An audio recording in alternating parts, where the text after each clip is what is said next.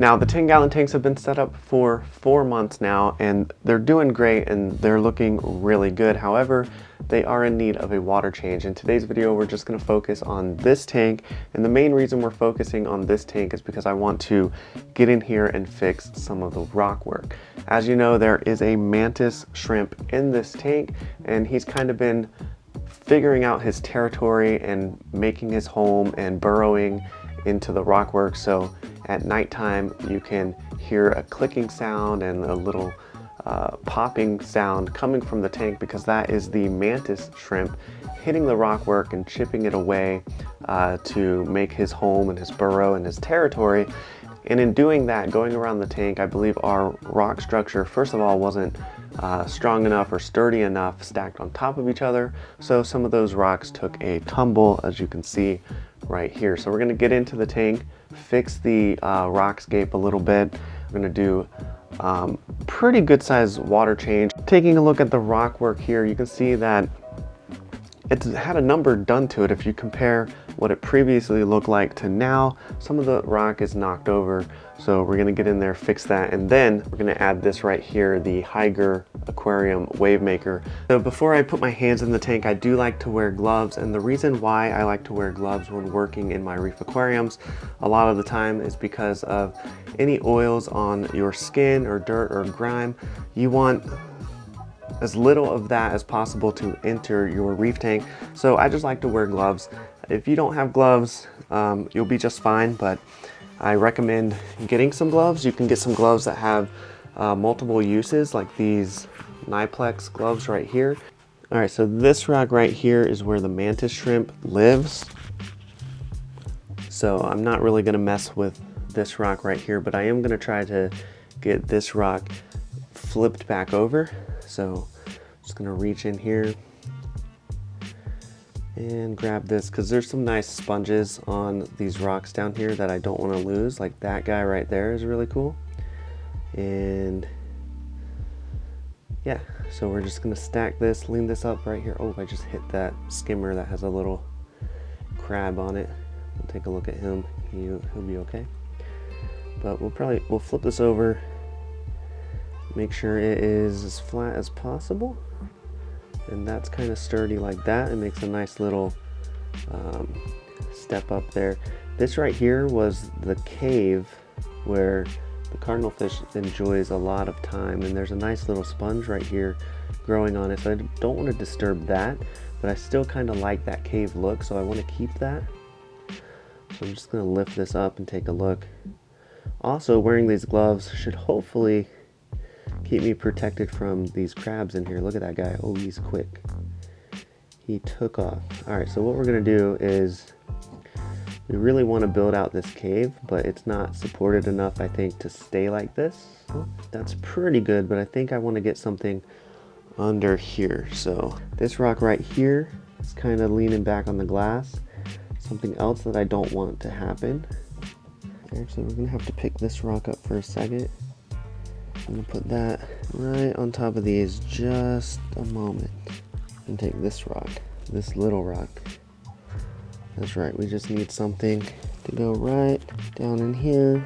Okay, so I think I like that. There's nothing on the glass now, and it's nice and flat on the top of the rock work here, and I believe I got that cave that I'm looking for. So again, here's a top view with the color fixed on the rock. You can see the purpling of the rock too. Coralline algae happening in the tank. Not really much film algae. There's algae in the filter, but our cleanup crew has actually been getting up into the filter, cleaning that up. When it grows back, they get up there and eat, so plenty of food for them. All in all, I think we're close to what we started with as far as our original initial structure goes. So we still have that nice sponge right there. And there's an awesome sea slug in this tank too that I didn't realize was a sea slug at first, but he's right back there. It's hard to see in this camera angle. He's in that crevice, so I had to be very careful when I moved this rock. He's under that sponge right there. And there's the Mantis Shrimp coming out. He's like, what's going on in here? Oh, there he goes. But yeah, so he stays under that rock. Actually, he just roams the whole tank, but here's the cave structure now. So we have this rock that's sitting mainly on that rock work here. Then we have this big rock supported by the smaller rock underneath that's also sitting on these rocks here. So we still get the little cave. There's still a little through channel there for the pajama cardinal fish to swim in and out and through. So I think I'm pretty happy with this rock structure. Now it's time to change the water.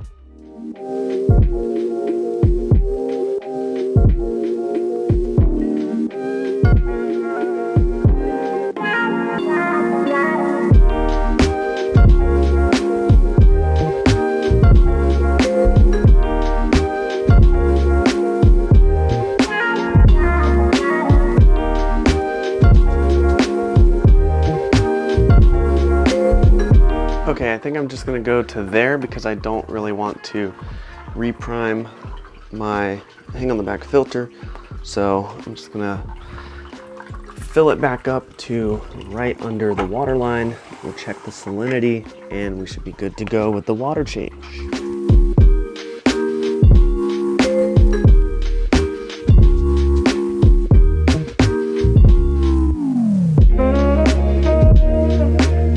Okay, so that's the water change on the 10-gallon tank.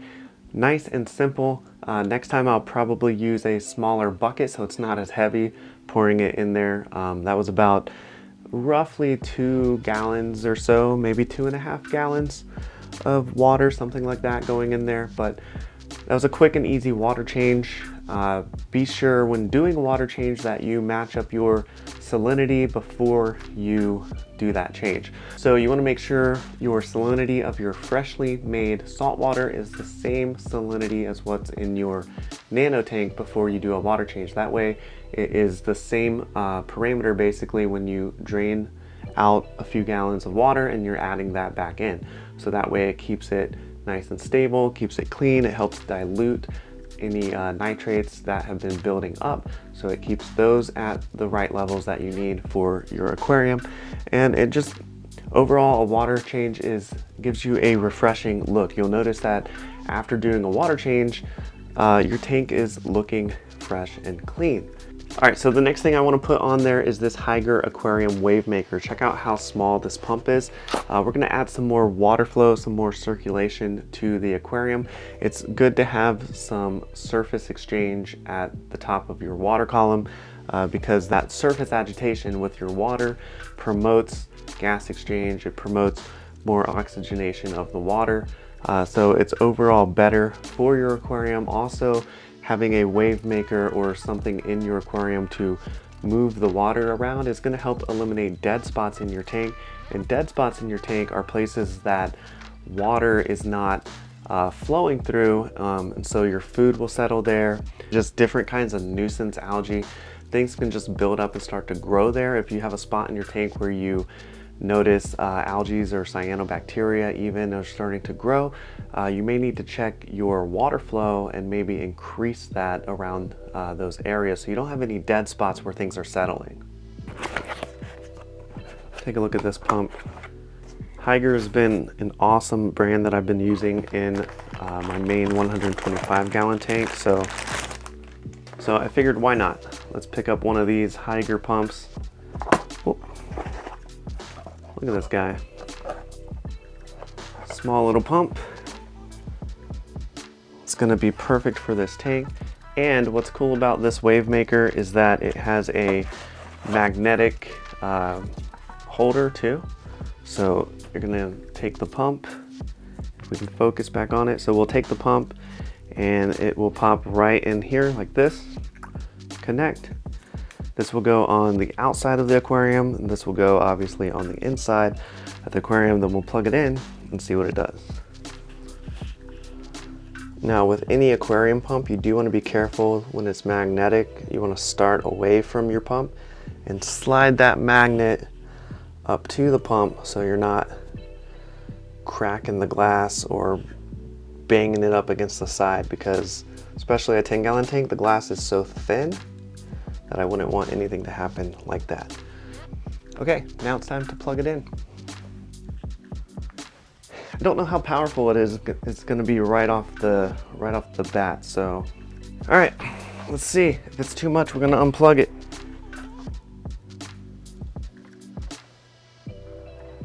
Okay, I like that.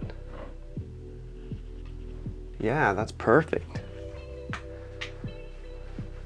That is nice and quiet, and it's getting everything moving.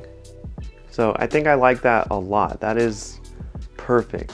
So you can check out the surface agitation now on top, where it was hardly moving before. Now we have some water flow. And it's still nice and quiet. So good, look at that. So that's gonna change the dynamics a little bit in this aquarium, have more water flow movement in the aquarium. So I'm happy with that. A water change, water flow. This tank is doing great. Okay, so we did a water change. We added the wave maker to the tank. So now we got great water flow, great water circulation going through the tank now. So it changes the dynamic in the tank a little bit. So we'll be monitoring the animals in the tank, see how they respond, see if they're gonna change up their territories or homes in any way. But I'm happy with the result of this tank. You can see that there's hardly any film algae on here, and that's maintaining water changes and maintaining a proper lighting schedule. So with this tank, the lights are actually only programmed to come on thanks to the onboard programmer of this Higer aquarium light. They're programmed for 6 hours. Now my main display, the 125 gallon system, that program is 10 hours. So you can do between 6 to 10 hours depending on what your aquarium needs. But if you notice that you're getting a lot of algae in your tank, maybe some green hair algae, especially towards the beginning, try first of all checking your water quality, but secondly, go ahead and check your lighting schedule and make sure you have that on the proper schedule. And if you need to, you can even black out your tank for a couple days, like 3 days for algae and stuff like that, but that will be another topic for another time. If you liked this video and enjoyed it, then I know you're gonna like this video here. Go ahead and click or tap your screen to watch that. Thank you so much for liking, commenting, and subscribing, and we'll see you next time on the Coral Reef Talk.